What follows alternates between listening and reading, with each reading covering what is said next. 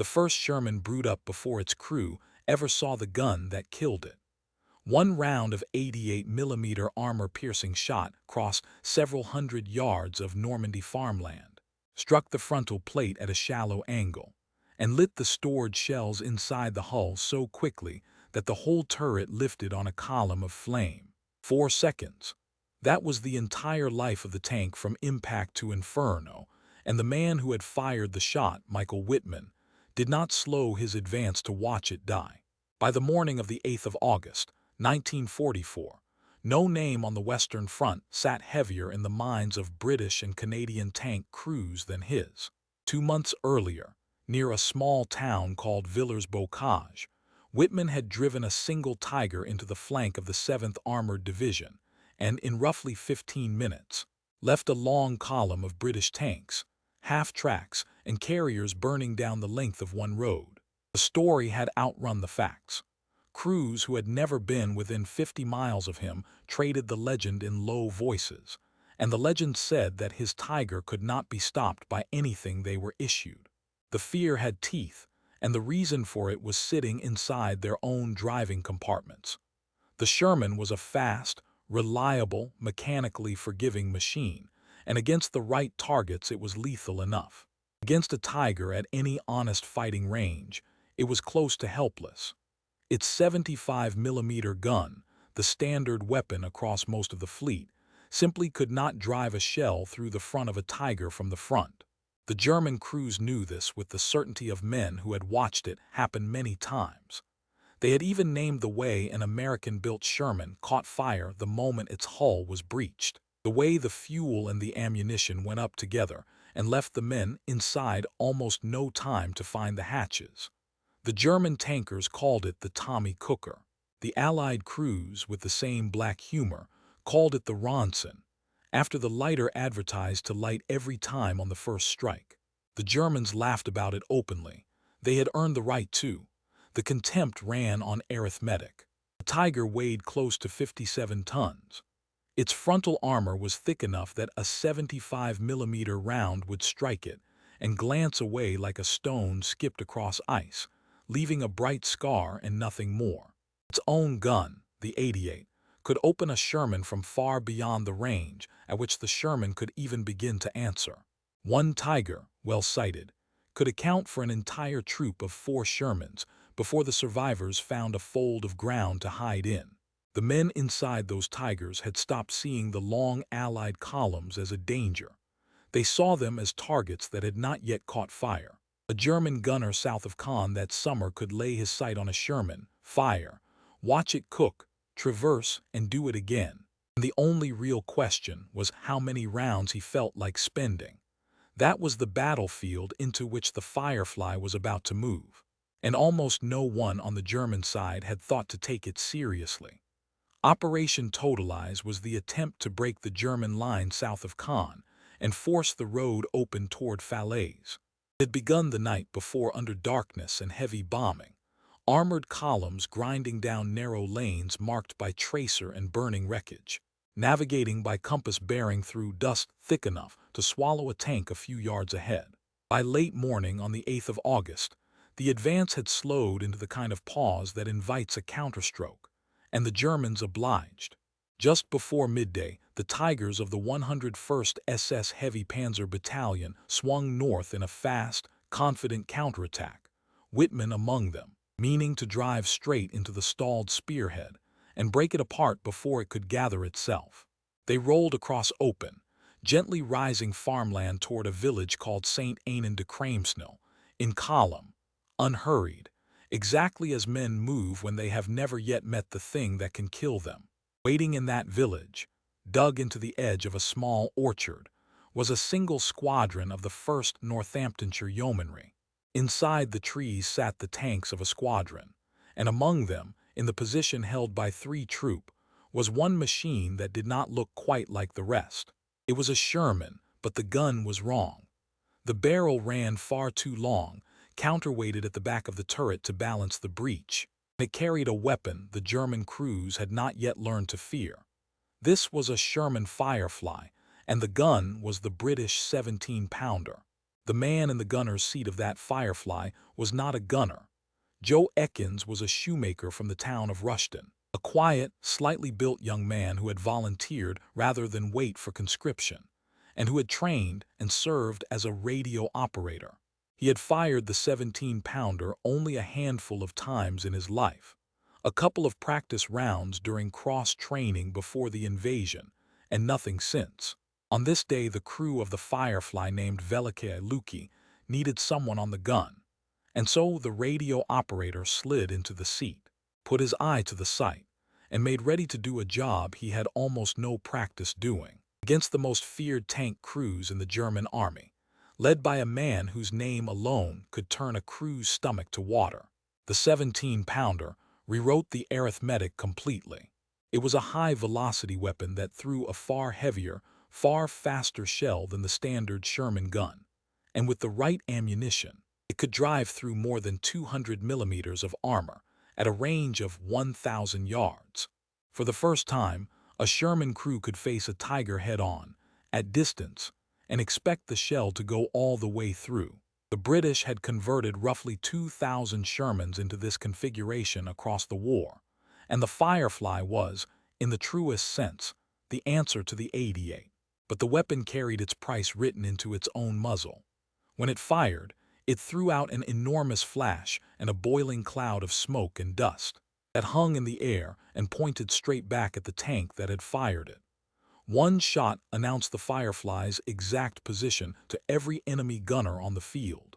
A crew that fired and sat still was a crew with perhaps 30 seconds left to live. So the whole engagement turned on one brutal, simple logic. The Firefly had to let the Tigers come close enough that the first shots could neither miss nor be shrugged off. And then it had to do its killing fast, because the instant it revealed itself, the 88s would hunt for it. And the rest of the troop, crewing Shermans with the useless 75mm gun, could do almost nothing to shield it. One Firefly, several Tigers, a gunner who had never killed a thing in his life, and a German column eating the distance with every second, out in the open, with no idea that the orchard ahead of them held the single weapon on that field that could end them. The Tigers kept coming. The order inside the Firefly was to hold, to wait, to let the lead machines roll past the killing distance, and into a range where the 17-pounder would not merely mark the armor but punch clean through it. The tank commander, Sergeant Gordon, kept his crew dead still, as the German tanks grew from shapes on the skyline into the unmistakable slab-sided silhouettes of Tigers, their long guns drifting slightly as they advanced, their crews sweeping the hedgerows and tree lines with the easy patience of men who expected to find prey rather than a predator. Sweat ran, engines idled low. Inside Velike Luki nobody moved more than they had to, and the radio operator turned gunner kept his eye pressed to the sight, while the most dangerous men in Normandy filled the lens one tank at a time. There was no margin in any of it. A flinch on the gun, a shot that struck at the wrong angle, a round that scarred armor instead of breaking it, and the orchard would become a marker on which the 88s would register, and the whole troop would burn in the way the Germans had come to expect. The Firefly's strength was real but narrow. It could kill a Tiger. It could not survive being seen for long. Everything now depended on closing that gap of geometry, and on a gunner who, by every reasonable measure, should not have been the one holding the lanyard. At a range of roughly 800 yards, the lead Tigers were committed and exposed, strung across the open ground with no cover near enough to save them. But there was a problem, and it was a problem of geometry. The Firefly sat inside the orchard, and the trees fouled the traverse of that long gun. To bring the 17-pounder onto the target, the tank had to come forward out of the cover, into the open lip of the tree line where the German gunners could plainly see it. Gordon made the call. The Firefly's engine took up the load, and the tank rolled deliberately out of the orchard, giving away the very concealment that had kept it alive. And Joe Ekins settled his sight on the rearmost Tiger in the column, his hand on the controls of a gun he barely understood, with the most feared tank crews in Normandy laid out in front of him and no second chance if the first round failed. Then everything that happened next happened very fast. The first round left the 17-pounder with a concussion that punched the air for hundreds of yards in every direction, slammed back through the recoil system, and filled the open lip of the orchard with the boiling cloud of smoke and dust that always followed the gun. The empty case clanged into the bin behind the breech, and the loader was already driving the next round home before the smoke had begun to thin. The shell crossed the 800 yards almost faster than the eye could follow. It struck the rearmost Tiger low on the hull, drove clean through armor that a 75-millimeter gun would only have scratched, and went into the fighting compartment where the ammunition and the fuel waited together. The result was the same furnace the Germans had spent a whole summer inflicting on Shermans, only now it was a Tiger that lifted on a sheet of flame. And now it was the crew of a 57-ton tank who had no time to reach the hatches. The machine that had ridden north laughing at the Tommy Cooker became, in the space of one round, a Tommy Cooker of its own. For a moment the rest of the German column did not understand what had happened. That moment was the most dangerous part of the entire action, and it cut in both directions. The Tiger crews swung their long guns toward the tree line, hunting for the source, and the smoke hanging over the orchard pointed straight back at the tank that had fired. There was no concealment left to hide behind. The Firefly had spent it the instant the gun spoke. A trained Tiger gunner needed only a few seconds to range a target he could see, and the smudge of dirty smoke at the edge of the trees was the most visible thing on the field. One of the German tanks found the silhouette, laid its 88, and fired twice in quick succession. The second shot found Velikiye Luki and struck the turret with a clang that rang the whole hull like a struck bell, throwing splinters and shock through the fighting compartment, wounding the tank commander and forcing him up and out of the hatch under fire. The crew was now a man short, the commander gone, the turret marked, and the German gunner who had ranged them was already reloading to finish the job he had started. By every rule of the battlefield that summer, the Firefly should have died in the next 15 seconds. It did not, because the gunner had not stopped working.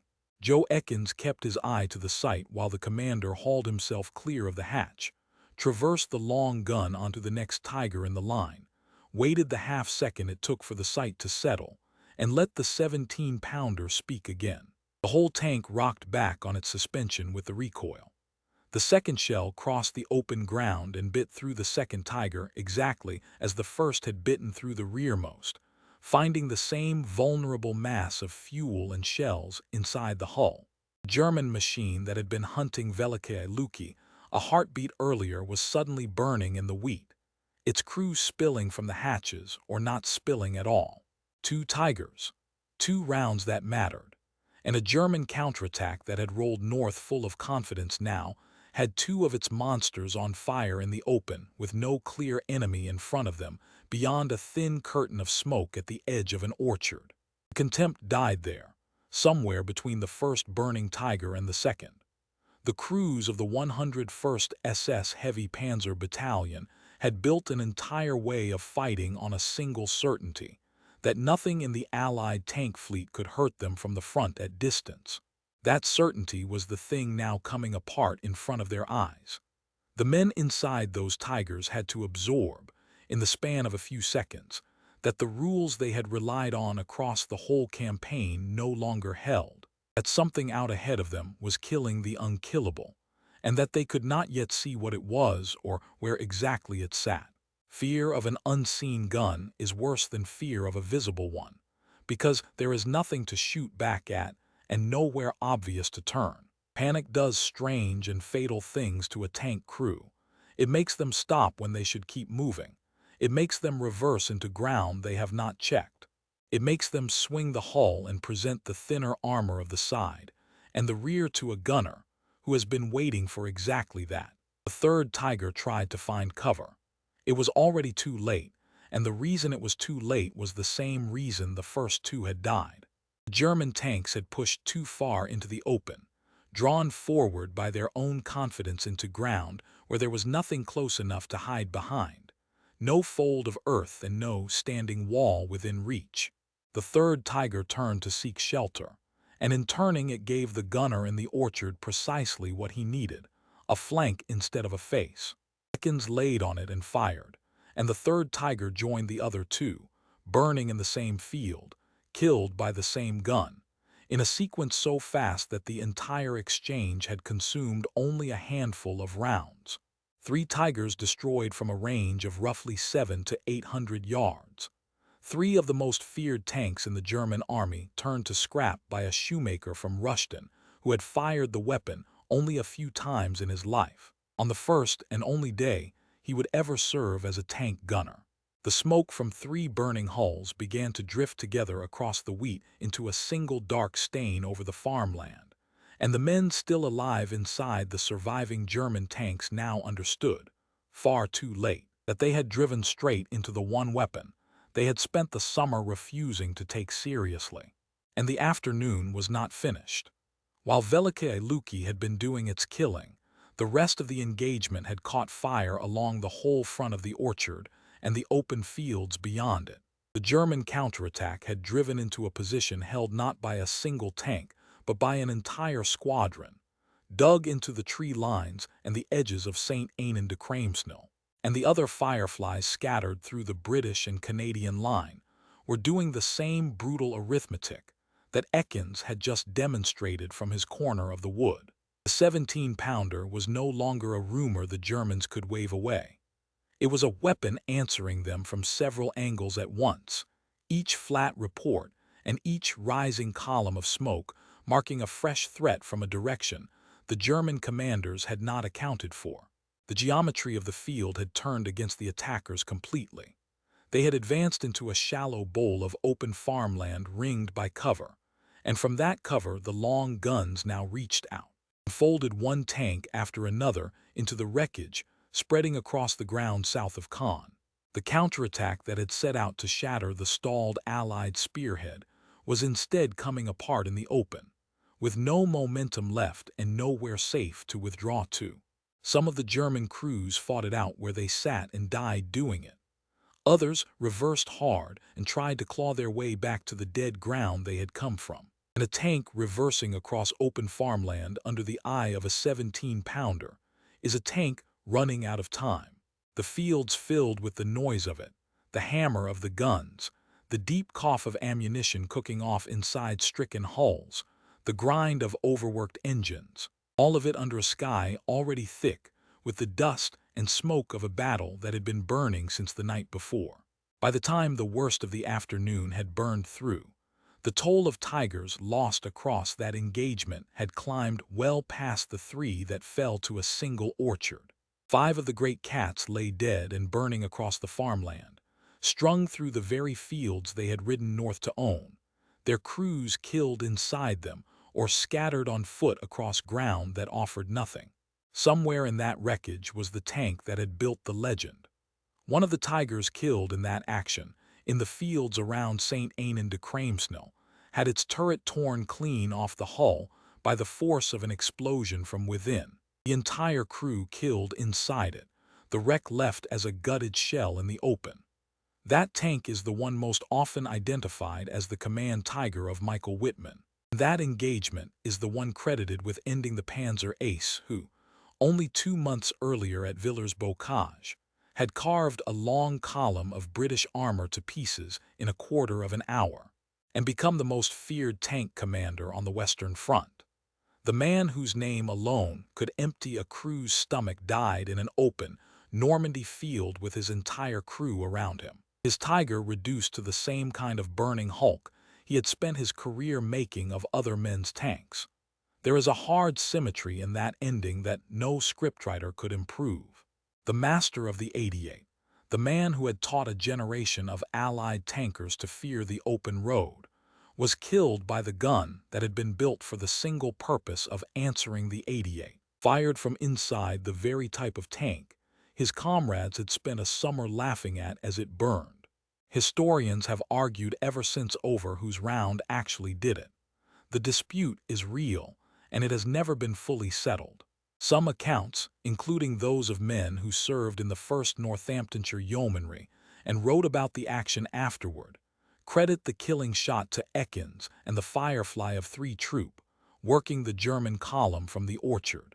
Other accounts, supported by later research, place the fatal round with the Sherman Fireflies of the Canadian Sherbrooke Fusiliers Regiment, who were engaging the same German tanks from the opposite flank of the field across a shorter distance.